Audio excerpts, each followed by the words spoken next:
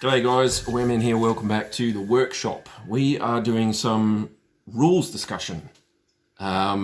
Somebody put a comment down, I think it might have been Derek, I can't remember now, but somebody put it down. If it was you, chuck another one down, that they wanted to see a bit of rules discussion. And I'm getting sick of discussing things with the voices in my head. So I thought, well, I'll get one of the voices from out of my head to help me. So we've moved the workshop temporarily to Adam and Pilla's place. And Adam's here. Hey, buddy. Hey, thanks for having me, pal. At your place? Yeah, no props. You get out when I'm ready to go to bed, though. Your show. What are we talking about? Sorry? So what we're doing is... somebody mentioned that they wouldn't mind some rules discussion, and I've been going through TAC Ops a lot lately with our Protomech stuff. I've been looking through a lot of junk, and I thought, well, what if we put some of the more interesting optional rules out there? Oh, there's a few. There's more than a few. If you want optional rules, grab TAC Ops, because it's full of the bloody things. But what I wanted to try and do is just get some of the optional rules out and have a quick discussion of what they actually are. We'll let you know where they are in the book, what they do, and then whether we'd use them or not, and what sort of thing we think about it. Just have a rules discussion, I think. Excellent. Sounds good. Sounds good. So today I thought we'll do a couple of easy ones to start with, but you mentioned one that I found interesting because I keep calling things floating criticals and they're not actually floating criticals. So I started thinking of the 2 on your location table as a floating crit, because I think that's what they originally called it in I think that's what they originally called it in BattleTech, the original one. That 2 was a floating crit. But there is actually a floating critical optional rule. It's on the poor bugger. It's on page 77 of TAC Ops. It is the floating critical rule. Yes. Have you used this one? Yes, I have. Okay. It does actually come up a lot. You know, there are a lot of people who know of it and they prefer it to the point where they'd sort of like it to be part of the standard Just rules. like standard rule. Yeah. But I mean, Okay. I'm on both sides of the fence. I like it because it gives you a bit more variety for your criticals. Yeah. But from a teaching point of view and just sort of learning BattleTech, because as you know, there's a lot of rules for it. Yeah, there's a butt ton of rules. So anything they can sort of simplify is good. So I understand why it is the way it is. And the torso, of course, is the biggest spot. Section, so if you want some action in your game, then you want to be doing... And it really does have the majority of the damageable internal stuff. That's right. So, I mean, it makes sense. And like you say, having the basic game with all of these optional bits just stripped out so that you can play at base level is probably a good idea. Yeah. But let's go through the rules. So page 77 of TAC Ops. So under the standard rules, when you get the double 1, a 2 on the location table, any critical hits are applied to the location initially rolled, so either center, right, or left torso. The chance represents a possibility of a lucky shot penetrating the mech's armor without actually removing it all in the first place and getting a vital component. So what they're doing is they're making it so you can float that around the mech. So when a player rolls a 2 on the hit location table, ignore the torso hit location. Instead, roll the dice a second time to determine where the shot actually hits. If another 2 is rolled, the result indicates the shot struck the appropriate torso location. It does not indicate another critical. If the result is other than 2, the shot strikes the appropriate hit location. Mark off armor for that location and roll once on the determining critical hits table to see if any critical hits were inflicted. Yes. It sounds really good. And it is really good. I like it. I really do. You know, it's actually really, really cool. It means that you can say, well, that is some sort of...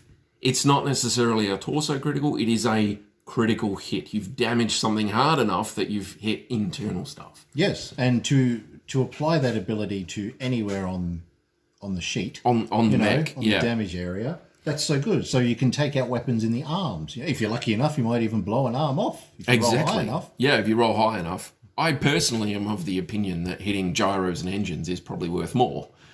But Yes. you don't have to do this. So this is an optional rule. But ammunition. But that's it. Ammunition can could be be anywhere. all sorts of places. Large weaponry groupings are usually in arms.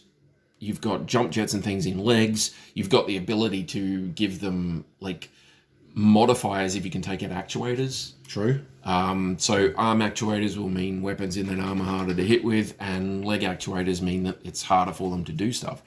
But you still use the rules for transferring the number of critical hits and all that sort of thing anyway. So if you do say, it transfers to the arm, but there's nothing really left in the arm for previous damage, or it'll still go into appropriate torso. Yeah. And I know hitting torsos can be really exciting, but I tell you what, if you can hitting legs as well, it could be good. You hit a hip, you slow them down, just little thing. And of course, probably the head is probably the main thing. Yeah, well, that would be the main one that would be if you get a 2 and then a 12, then you've done critical damage to the head. Yep. And potentially, 3 critical hits if you're lucky, like Kylie. Nice one. We're in the workshop. I'm allowed to make jokes. But that's true. Just risking the pilot, though. Yeah. Just with that, if someone's sort of peppering you with lots of SRM shells and they're rolling lots of criticals, which is what it's for. You want to try and you're do that damage. Trying to get those 2s and 6s and 12s. It's the way you want to do it. If you do have that kind of like shotgun approach and you're getting a lot of dice rolls a lot of the time, then you're getting this potentially more and more often. Yes, that's right. So that's good. It's pretty cool. I mean, it does mean that you hit a torso location and then blow a head off or an arm off, which might seem a little silly to some people, but I'm quite happy with that as a rule. Yeah. I quite like it. The interesting thing there is the partial cover as well. So if you have partial cover and you roll a leg location for your floating critical, then you get to re-roll it. You don't ignore it because you have technically already hit. So you don't get to do critical damage to a leg because you can't technically hit a leg while they're in partial cover. That's right. Right, so leg hits are usually ignored, but you do get to re-roll where you put the critical. So it doesn't mean you're losing that critical. It just means you're moving it around. Yeah. I think that's pretty cool. I can see why some people would want that as like a full-on rule. But I can also see why beginners would be a little bit iffy about it. Well, it's more rules, it's more dice rolling, Yeah, it's more record keeping. It's more of everything that kind of puts people off sometimes with the BattleTech and other bigger games like that. Yeah, but if you're playing just one-on-one games, you could easily add that in. It wouldn't slow it down, and it would make it a lot more interesting if you started spreading criticals out to other locations. Yeah, and quite a few of the guys that are listening and watching our stuff, they seem to be fairly advanced players. So, I mean, if you've got a long-standing like scenario going and you're playing it over multiple weekends or anything like that, then putting the floating critical ruling can make it probably a little bit more interesting as well. I think that would, and you're not like super adverse to record keeping and stuff, then chucking that one in will make it a bit more interesting. That's right. But so that's floating crits, guys. We're going to do a bunch of these. I've been trying to do like the audio stuff in some semblance of order and coherency, and I just really can't be bothered trying to keep up with that anymore because it's not working.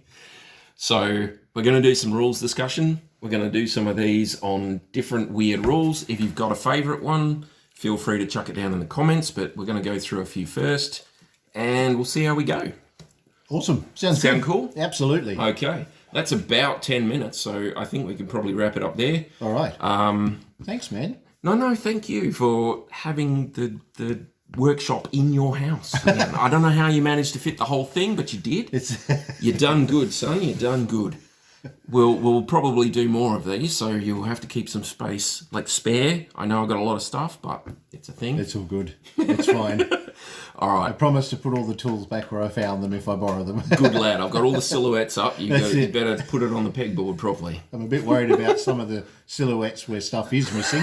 I won't ask you about You it. do not ask about them, especially not the red silhouettes, all right? And do not ask about those. It's all good, though. All right. right. You guys stay Goodbye. groovy, and we'll see you next time. Bye, buddy.